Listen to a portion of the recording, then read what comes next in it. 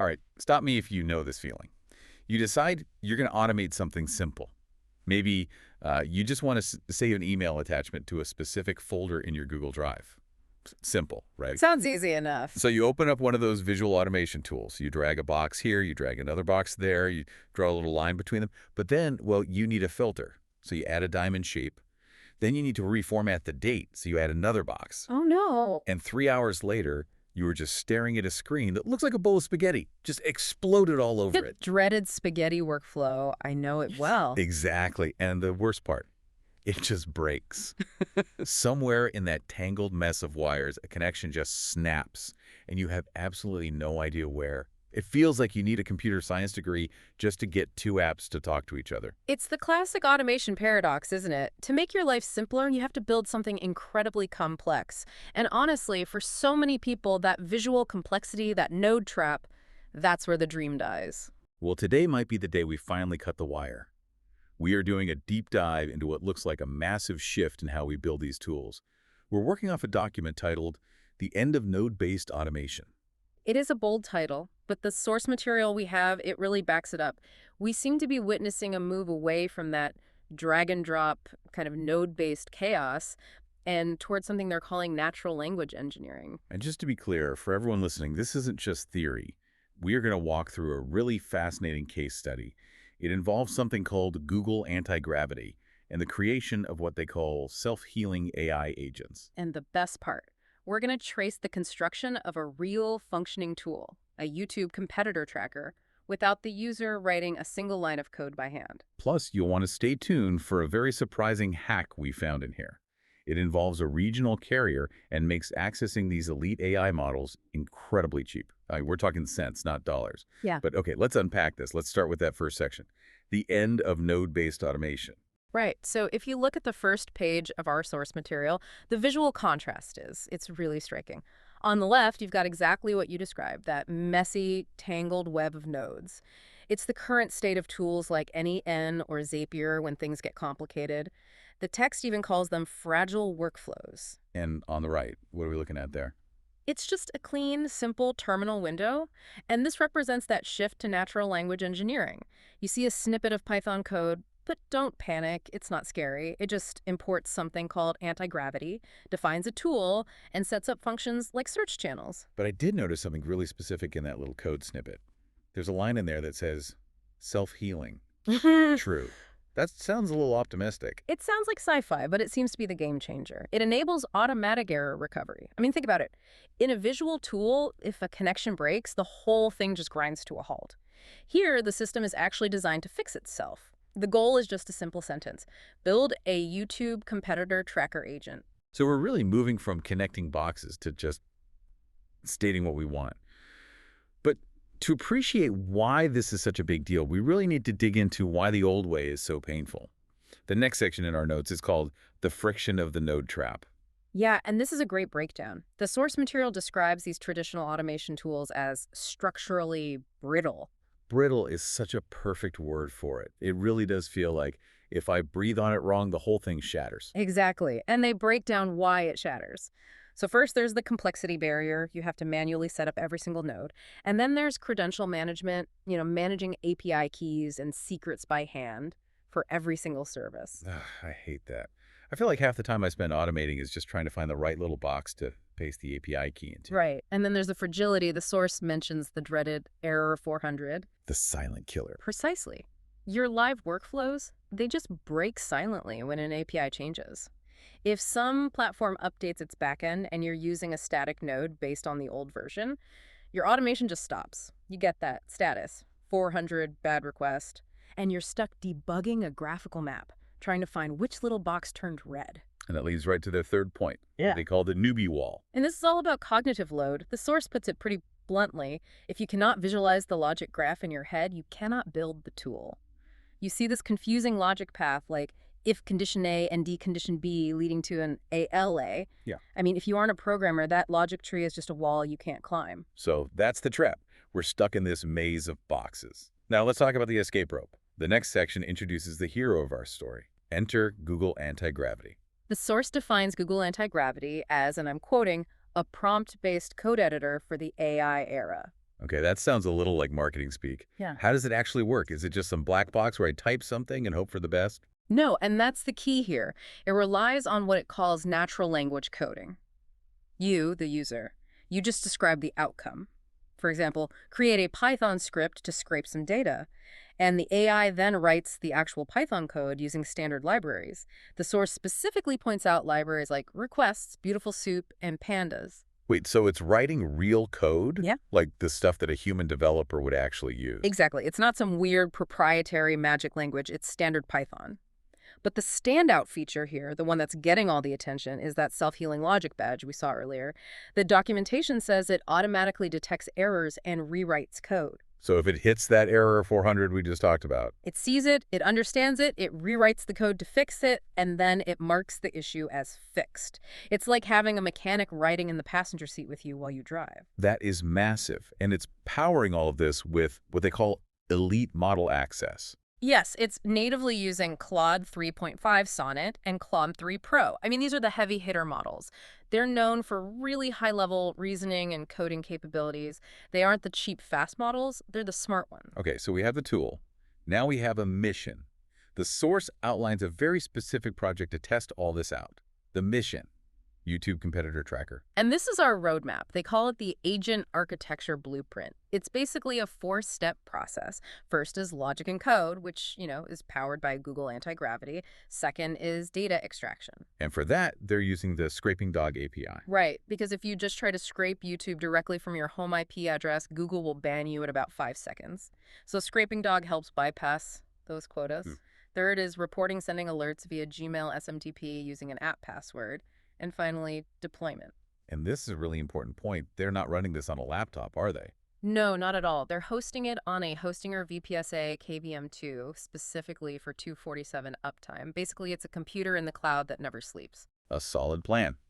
Okay, let's get into the build. The next section is phase 1, the prompt strategy. I love the term they use here. They call it editorial engineering. Editorial engineering. I like that.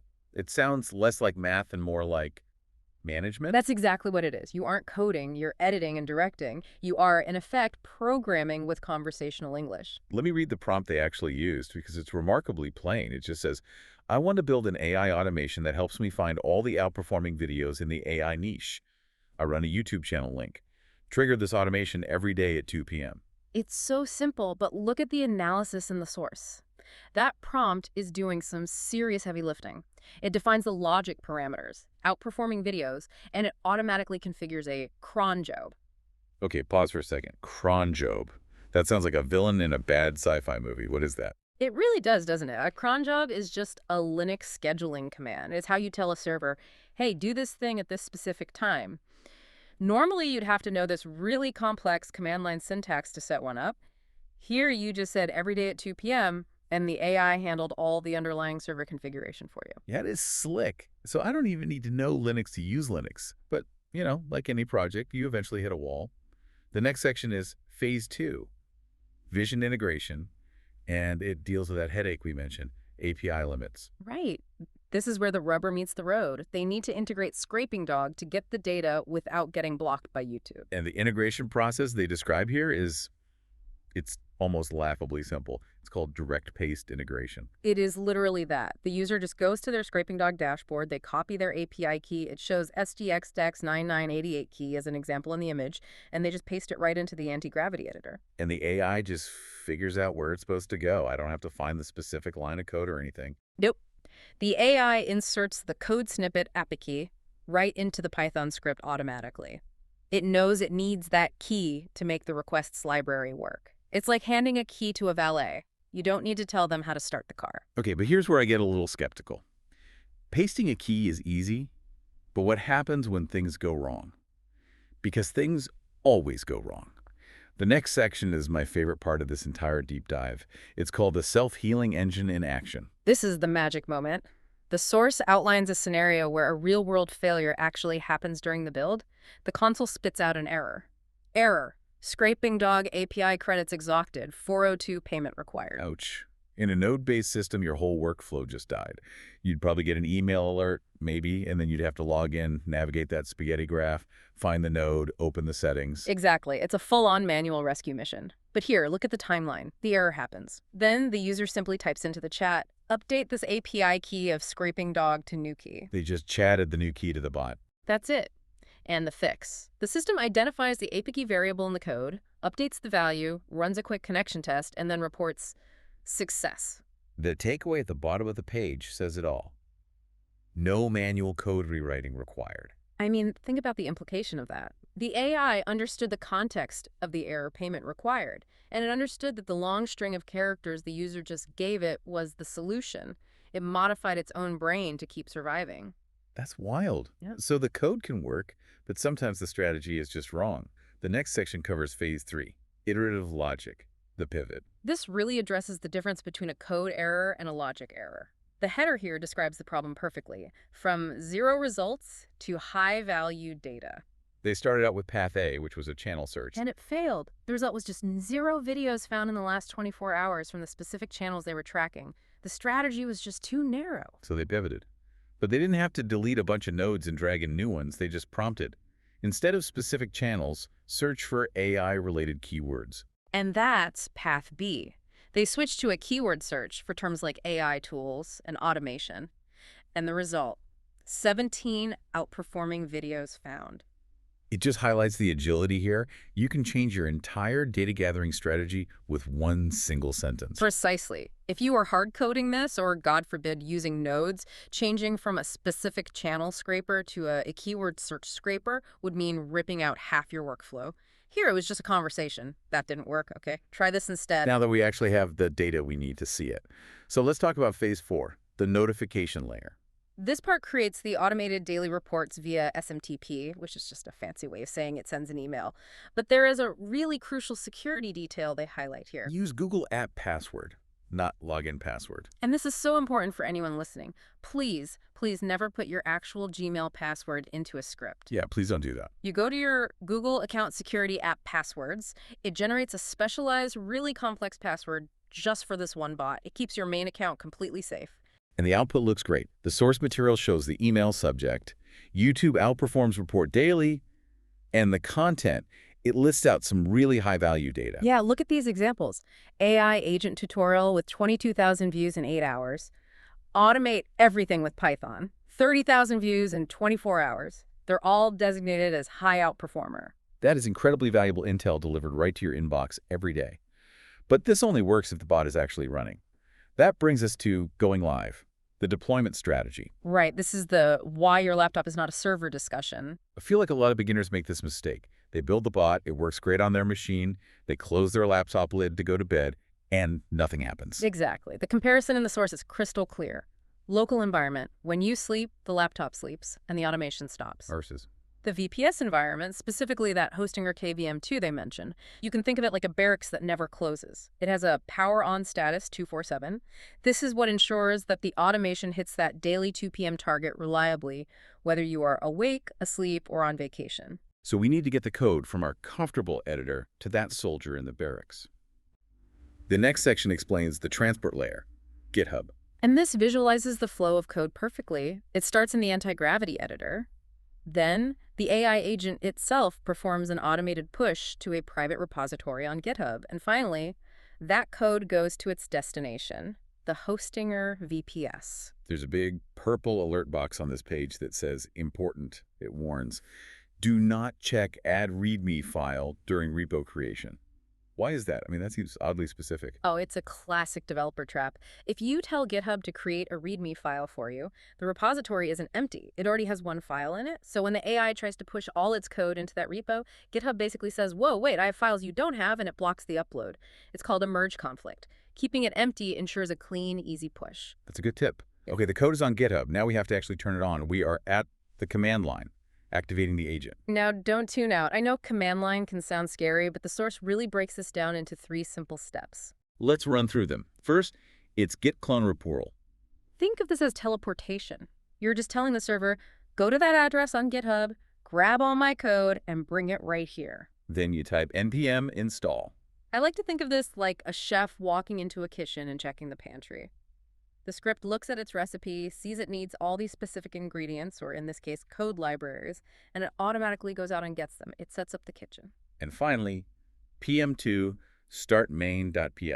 That is the most important one. PM2 is like a night watchman. It stands guard over your script, so if your script crashes or just trips over something, the watchman picks it back up and restarts it automatically. It keeps the process alive in the background so you can close the window and walk away. And the success state shown is PM2 app main is online status.